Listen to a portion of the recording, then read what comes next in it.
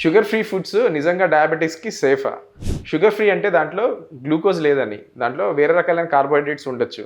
So sugar free తీసుకోవడం వల్ల మన బ్లడ్లో షుగర్ అనేది స్పైక్ అవ్వదు. అలాగే మనకి తక్కువ క్యాలరీస్ ఇంటేక్ ఉంటుంది. వెయిట్ లాస్కి హెల్ప్ అవుతుంది. సో న్యాచురల్గా షుగర్ ఫ్రీ సబ్స్టెన్సెస్ వచ్చేసరికి స్టీవియా అండ్ మాంక్. దీంట్లో గ్లైసెమిక్ ఇండెక్స్ ఆల్మోస్ట్ 0 అండ్ మన బాడీలో షుగర్ అనేది ఎలివేట్ అవ్వదు. కానీ షుగర్ ఆల్కహాల్స్ లైక్ జైలిటాలు ఇవి తీసుకున్నప్పుడు మనకి కొంత బ్లోటింగ్, డయేరియా అనేది కంప్లైంట్ చేస్తూ ఉంటారు.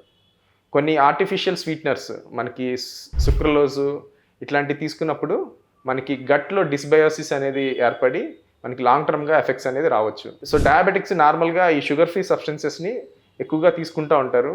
కానీ వాళ్ళు ప్రాపర్గా ఆ లేబుల్ని స్టడీ చేయాలి. సో ఎన్ని క్యాలరీస్ ఉన్నాయి ఇలాంటివన్నీ కూడా చదువుకోవాలి. సో అందరికీ అన్ని sugar free substances or sugar alternatives suit కాకపోవచ్చు.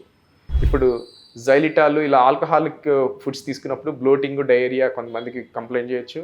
అలాగే ఆర్టిఫిషియల్ స్వీట్నర్స్ కనుక తీసుకుంటే కొంతమందికి గట్ హెల్త్ దెబ్బతిని లాంగ్ టర్మ్గా ఇన్ఫ్లమేషన్, కొన్ని రకాలైన హెల్త్ ఎఫెక్ట్స్ అనేది అవ్వచ్చు. సో అన్నిట్లో బెస్ట్ షుగర్ ఫ్రీ సబ్స్టెన్సెస్ వచ్చేసరికి న్యాచురల్ వన్స్. సో ప్రతి వాళ్ళకి వాళ్ళ బాడీ టైప్ని బట్టి మనం ఇండివిజువల్గా మనం ఏది సూట్ అవుతుందో చూసుకొని దాన్ని అడాప్ట్ చేసుకుంటే మంచిది. యూనివర్సల్గా అన్ని షుగర్ ఫ్రీ సబ్స్టెన్సెస్ హెల్త్కి మంచివి కాదు. సో లిమిటెడ్ పోర్షన్స్లో మనం 2 to 3 times కనుక తీసుకుంటే ఇది గుడ్ ఫర్ హెల్త్.